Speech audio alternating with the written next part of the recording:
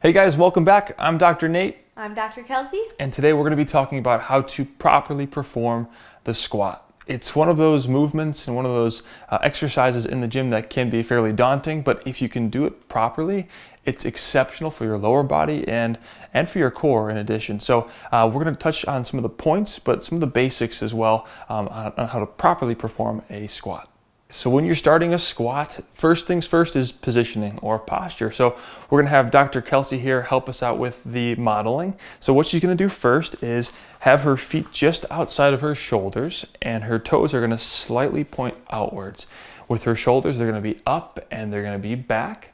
And depending on if she has a bar on her back or a kettlebell in front of her, doesn't really matter. That's perfect posture for your spine. Two, and we'll just turn her, actually you can face this way, Dr. Kelsey, is you wanna make sure you bring your belly button into your spine. What this does is activate your transversus abdominis. If you just move your arm forward and then roll your belly button back into your spine, this is gonna help to engage your core muscles before you do a deep squat. Number three, the first thing you do when you actually drop down for the squat is you do what's called a hip hinge. So the first movement is bringing your bottom, the glutes, backwards. That's a hip hinge. It's as simple as that, but it is probably the most important thing you can do with a squat.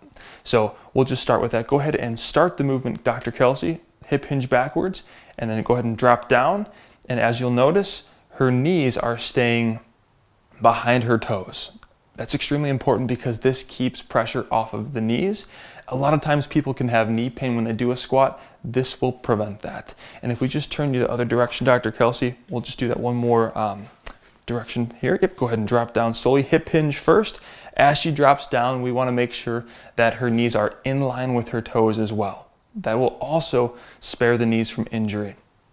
Now, when you stand back up with a squat, key is to squeeze the glutes because this movement is lower body but also core.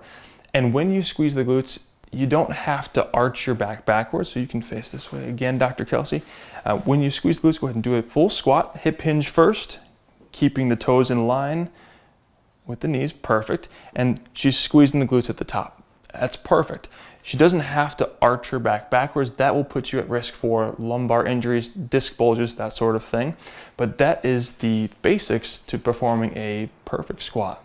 So if you enjoyed that video, if you got a lot out of that, please give us a thumbs up. We always appreciate that. If you have any questions as far as how to perform the squat, any points we just gave you, you can always drop a question down in the comments section and we will be sure to engage with you.